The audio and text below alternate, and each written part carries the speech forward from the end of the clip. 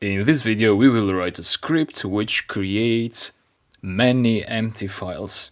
And we're going to create those files inside files directory here. And we need the path object. The root directory will be path files.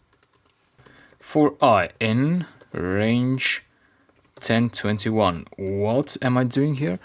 Well, in our case, in our example, I want to create a range of files with names ranging from 10.txt, 11.txt, 12.txt up to 20.txt, so 20 files.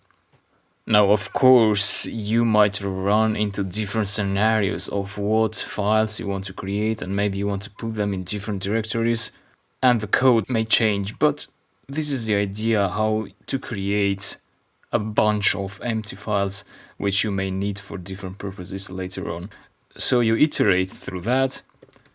You construct a file name as a string, stri plus .txt or .csv, whatever extension you are creating for the files, and then create a file path, which is the root directory slash the path object representing the file name. So that string.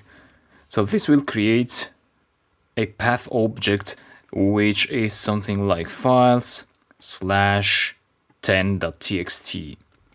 Then we touch that file path object using the touch method, run, and the files are here.